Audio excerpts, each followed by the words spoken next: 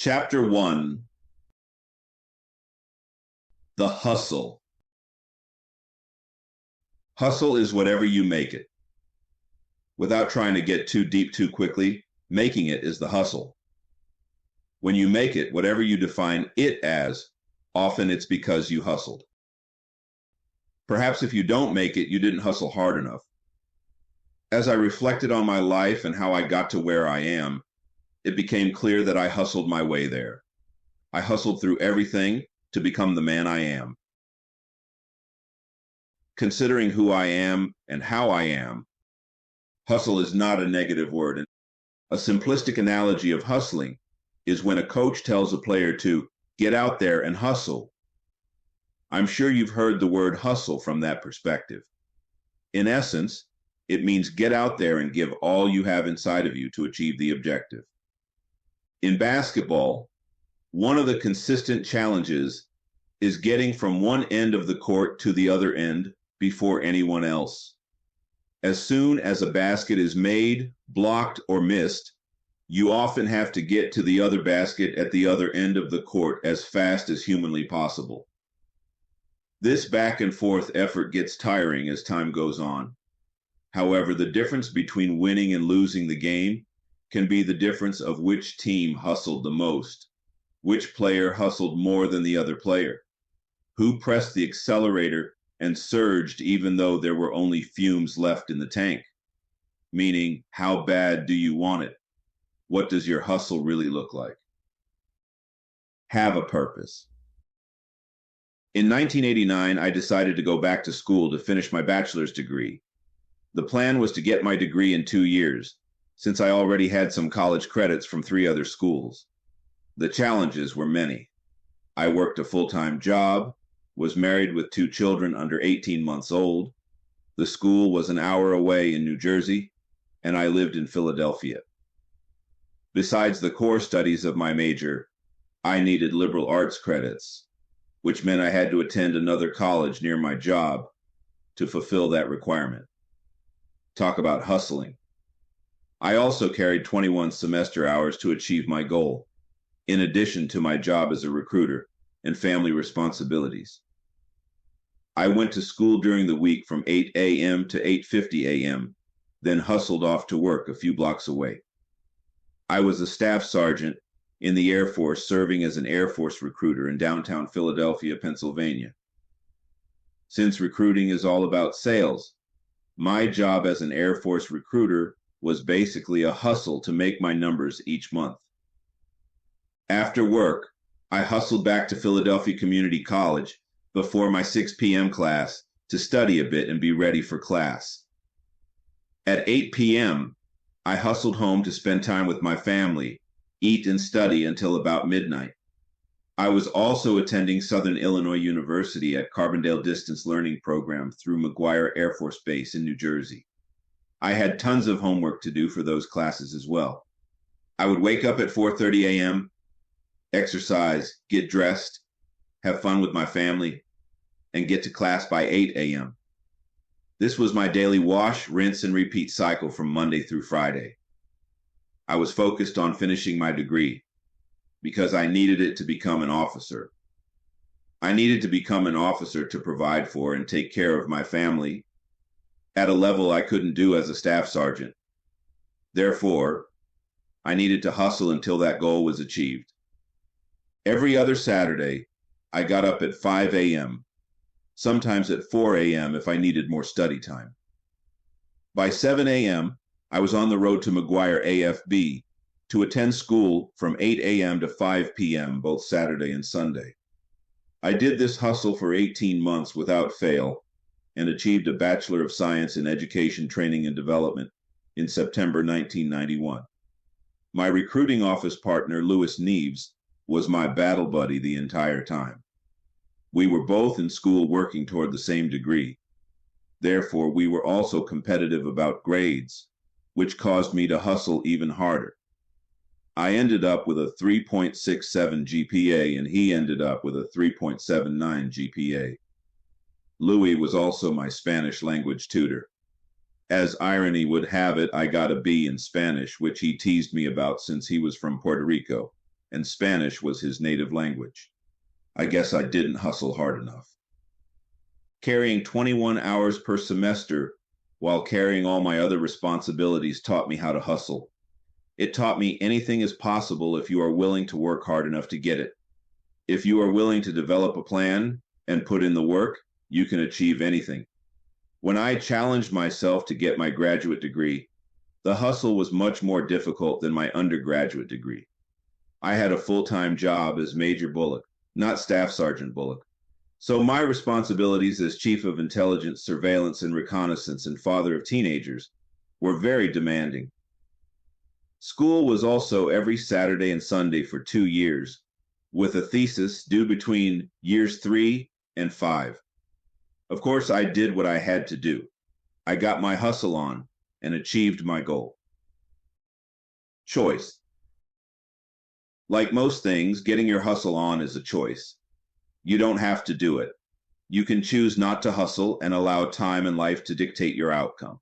The world is filled with many people who choose not to hustle. They choose to wake up whenever their body feels rested enough to get up. Sometimes they don't get up at all. They just lie there because they have nothing to do. So why get up? I have known people who spend most of their day in bed. They may get up to get something to eat or go to the bathroom, but most of their day is spent in bed. They may spend some time on their phone, device, or watching television, but they are still just lying in bed. That's their life, and they have been living it that way for years. Obviously, they are not interested in getting their hustle on. They are interested in doing exactly what they are doing. I mentioned getting your hustle on is a choice. If a person is choosing not to get their hustle on, don't allow yourself to be used by them. Don't allow them to use your energy for their benefit. In this situation, you are being hustled. Often we care about people so much. We want for them more than they want for themselves. We want to see them successful. We want them to earn their degree. We want them to get that job. Yet they still have not begun researching majors in schools or drafting a resume. However, if they are making the choice not to put the work in, then why should you? The best thing you can do for people like that is to set an example of success and of how the outcome looks when you hustle. Maybe they don't believe in hustling because they have never seen it work. Perhaps they haven't been exposed to an environment where studying hard and working hard achieved results. However, by setting the example of what the benefits are from hustling, you may help them make other choices. When I first decided to join the Air Force in 1982, I tried to convince 2 of my closest friends, whom I had known since age 7, to join with me. They both said no. I explained all the benefits, and their answer was they didn't want to take orders. I had already been to college for 3 semesters, and they were still doing what they did in the streets of Philly at ages 19 and 20, thinking they would make it by hustling. Selling drugs is a hustle, but not a sustainable one. Eventually, you will get caught, and reality has a way of waking you up once those handcuffs are locked on you. I saw it happen to so many of my friends, and I didn't want to see it happen to these 2. So I stayed on them about joining. Meanwhile, my younger brother was an Air Force Reserve Officer Training Candidate, ROTC cadet at Massachusetts Institute of Technology, MIT. After a while, it felt like I wanted them to join more than they wanted to join themselves. On May 28, 1982, I flew to Lackland Air Force Base, Texas, and began what turned out to be an awesome career. In September 1982, I flew to Sembach Air Base in Germany as an aircraft armament systems specialist. During this time, I wrote many letters to everyone, including my friends. 2 years later, when I returned to Philadelphia, much different than they remembered me being, one of them asked me to help him join the Air Force. Through my example of the art of the possible from getting my hustle on, he believed it was possible for him as well. Besides, he always thought he was better than me at everything. So he had to go into the Air Force and do it better than I was doing it. He ended up becoming a master electrician and later a computer specialist. After I became an officer, I tried to convince him to get his degree and become an officer as well. He didn't want it badly enough. He was not willing to put that hustle in. He retired as a technical sergeant and is doing well. There are times when you have to separate yourself from the familiar and embrace the unfamiliar. There are times when you have to allow yourself to be uncomfortable and have faith in your hustle. Sometimes the thing that got you to where you are is not the same thing that will get you to the next level or where you want to go. Sometimes it's also people. When you are getting your hustle on and you are focused on putting in the work to achieve success, not everyone in your circle is interested in putting in the work required to achieve their success. Some may even think that your success is their success. So all they have to do is stay close to you and they will become successful too. A few may even believe if it were not for them, you would not be where you are. However, always remember who gets up early in the morning and puts in that day's work. Talk is talk. It's the work that achieves results. Sometimes you have to let people go in order to get your hustle on. Besides, it's your hustle, not theirs. Some of these people may be your closest friends, family members, business partners, and possibly even your spouse or soulmate. It happens. And when that realization presents itself to you or the relationship you have with others, deciding between them and your hustle can be a life-changing decision. Whatever your decision, you must live with the outcome. Most successful people have stories of having to let go to achieve their success. Some not only had to let people go, but they also had to let their job go and resign from a company to embrace that energy and drive they have inside. In hindsight, I've had to make those decisions many times. I know if it were not for those decisions, I would not have had some of the great experiences of what hustling offers. I resigned from a position where I was doing extremely well and could have stayed where I was, received a promotion, and had a respectable career trajectory. I enjoyed my work and my coworkers. However, I felt there was something missing, and it was tugging at my gut. The intellectual stimulation I needed was not happening and wouldn't happen anytime soon. I was left to tolerate the status quo and accept the fact that this was how it was going to be for me, or I could choose to make a change. During that time of pondering my options, I was enrolled in Georgetown University Leadership Coaching Program. By the time I graduated from the program, I had a different perspective of my capabilities and desires. I found a consulting firm I thought was a good fit and resigned to join the firm as the director of business capture. In other words, I moved on in order for me to grow professionally and personally to get my hustle on. That decision and the experience opened my eyes to the art of the possible when you believe in yourself, and it allowed me to discover a new level of awareness. In the hood, becoming a hustler in the hood starts at a very young age. Growing up, the images and representation of success to young people were larger than life. The gangsters, pimps, drug dealers, and others from that element had money, expensive clothes, jewelry, fur coats, stylish glasses and hats, women, power, and respect.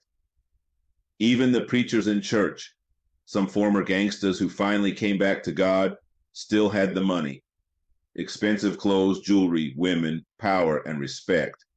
Not only were these people examples of success, of getting your hustle on in the hood, but television and the movies also depicted the same thing. George Jefferson was a television character and an example of success to move on up. It was a type of blueprint for families to achieve success. In the 70s, there were so many movies to show examples of hustling. We all wanted to be like them.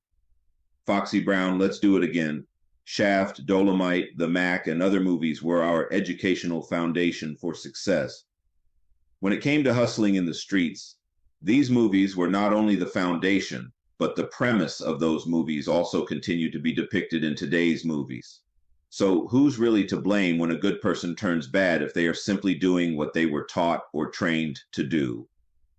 The unfortunate reality is, during my 12 years of required primary school, I don't think I learned what I needed to have nice clothes, jewelry, money, power, or respect. So that presented a dilemma. If the representation of success I was being presented with was not achievable by going to school, reading, and studying, then what options did I have? In the hood, where there are very few jobs or opportunities to earn a living, what does a young person do if they want to live a respectable lifestyle? There were examples of hardworking men with 2 and 3 jobs barely supporting their families. And then there were the hustlers. By the time young people make it to high school, the peer pressure to look good, have money, power, and respect becomes a demand on their reputation. This is where the transition happens for so many young people. The survival instincts kick in, and they do what they must to survive, particularly when their parents, or in my case, my mother, could not provide the things I wanted. She simply didn't have the money and never would. Therefore, what should I have done? If my mother had no money and I didn't have any money, and it takes money to have the things I wanted, what options did I have? The only option, get to hustling. Remember, all hustling is not bad. However, in the hood, it goes both ways. Whatever can be sold will be sold. My mother was a seamstress, so she sold clothes and altered garments for people. In Philly neighborhoods, front porches turned into cash and carry stores where candy and ice water were sold. Before Boy Scout camping trips, I would get lots of snacks from the grocery store and charge whatever because in the middle of the woods, with no stores around, the demand was definitely high. There was even a makeshift casino in a friend's garage where we invited the neighbors to gamble and purchase products. People were selling drugs, grain alcohol, running numbers, operating speakeasies, and other non-taxable products from their homes. And yes, some females even sold themselves to pay bills. If there are over 1,000 people in the neighborhood who need money, and there are only a few jobs to go around, how do you eat? The hood life was a way of life. The streets were its own internal infrastructure. There was a hierarchy that represented the hood's way of hustling.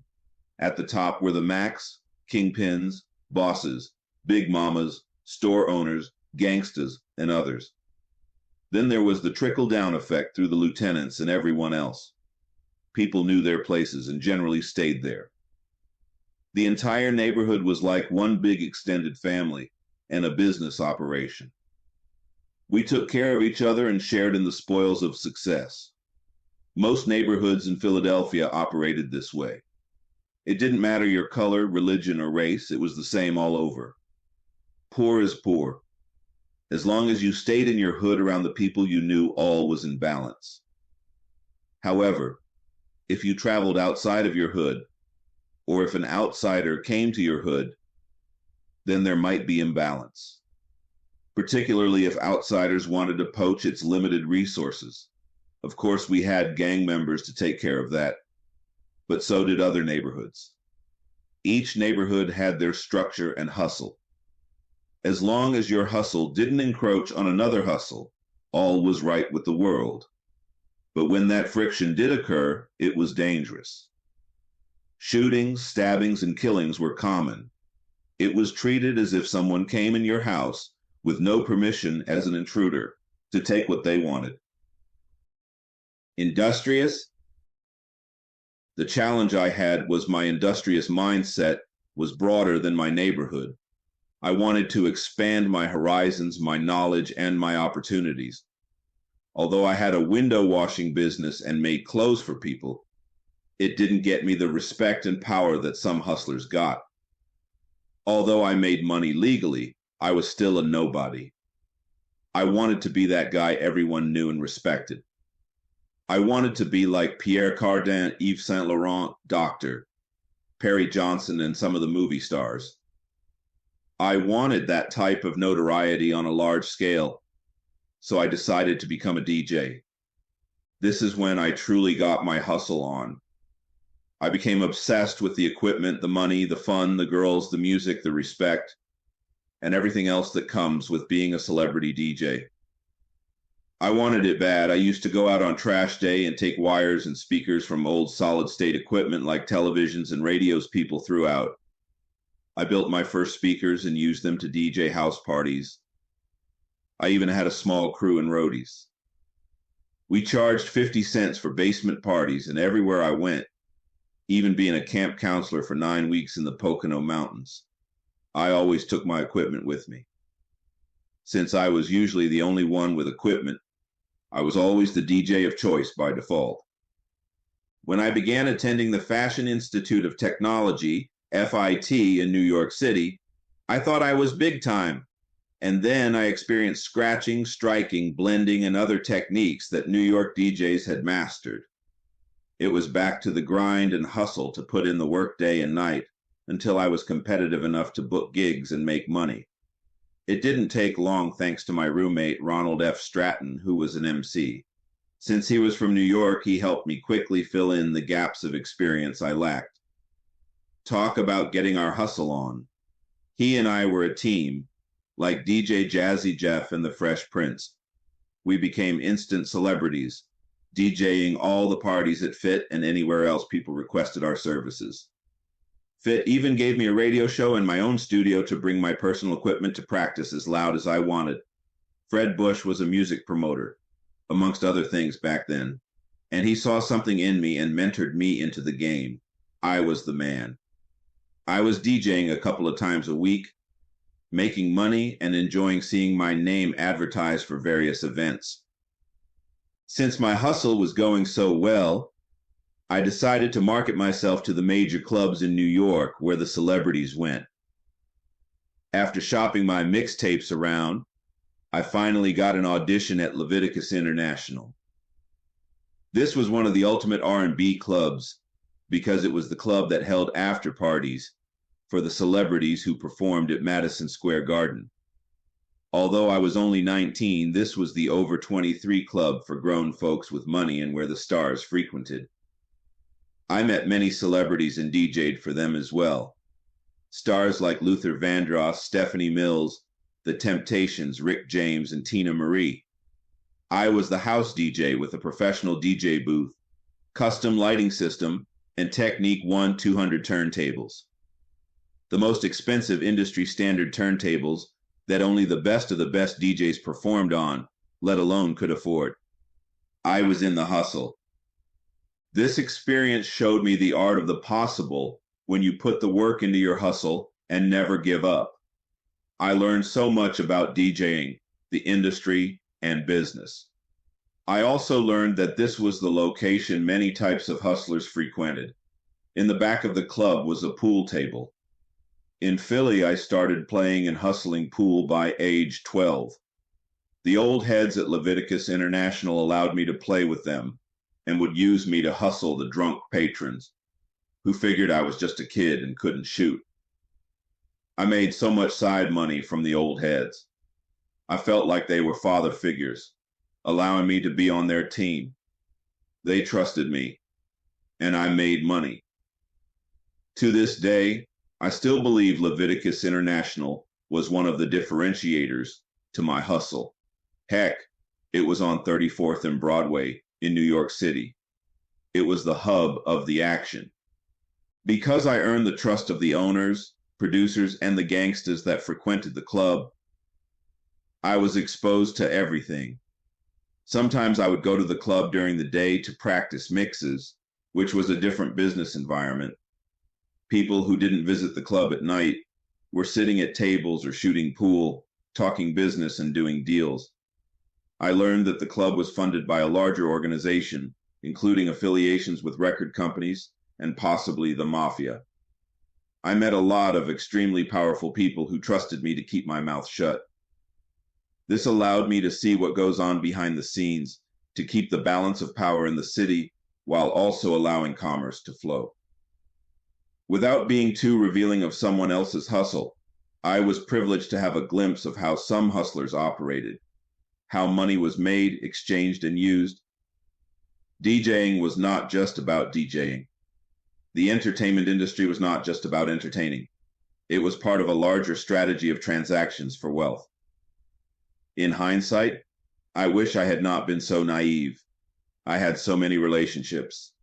Everyone knew DJ Doctor. Reggie B.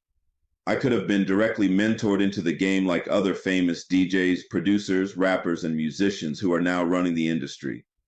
Oh well, I guess it was not meant to be my hustle.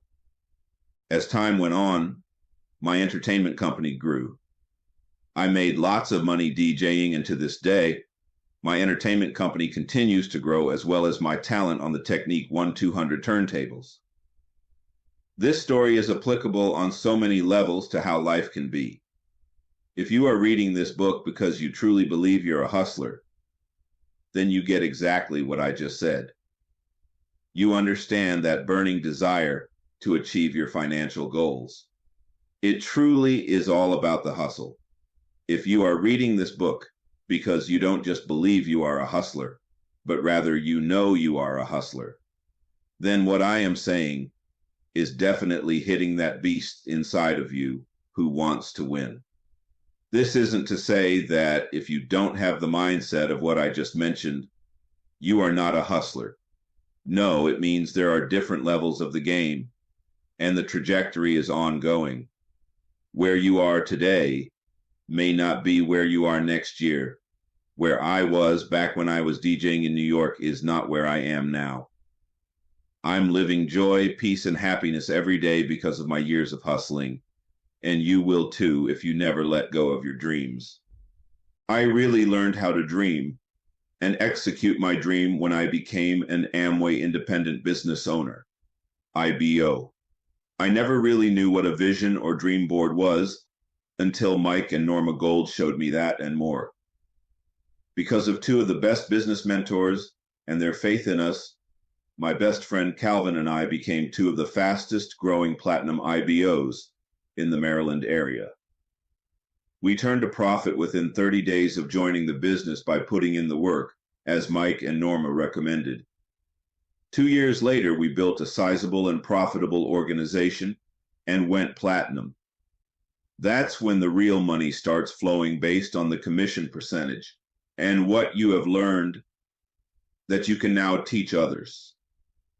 We were on fire and proving that the system worked if you worked it. Calvin and I grew up together in Philadelphia. We were in the Boy Scouts together from age 11 to 18. We not only kept in touch, but I'm also his children's uncle, and vice versa. He's actually my daughter's godfather. In other words, we were tight in the hood and still are, so we both understood the hustle long before we came across Amway. He was the one who taught me how to balance my needle on my first turntable. As a team, as hustlers, we brought that Philly swag to Amway and aggressively made money. We both are still IBOs, and the money is still there. If you ever want to get an education in business while also having the opportunity to make money, Amway is a good system. Of course, the stigma of multi-level marketing is also a cloud over Amway. Therefore, I would suggest you research what a multi-level marketing company is before you consider trying it. Amway actually falls under a proper legal structure rather than multi-level marketing. Just remember, there are only two things in this world that you will ever really make money from: products and services. Amway had over 3 million products when I joined. I sold products and turned profits. I started with the book's title as the first chapter to give you a foundation of what hustling is. I am surprised when I talk to people who don't really understand hustling. Some tell me stories like when they lost their money in the game of chance called 3-card Molly, or how someone scammed them. The foundation of hustling, from my perspective, is that inner drive for you to feed yourself and your family. When the traditional opportunities that many people talk about never materialize, then it's time to get your hustle on. It's time to stop waiting on a handout and create your own opportunities with your own hand to feed yourself. New options. In today's time, there are so many options to get your hustle on and eat that were never available years ago. The internet has changed the balance of power.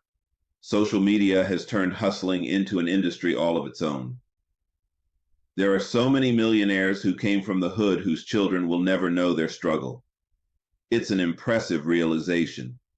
Teenage millionaires are now purchasing homes for their parents and allowing them to retire and enjoy life as a result of multiple revenue streams they can have. There is no need for anyone to do all those illegal things my generation had to do to eat.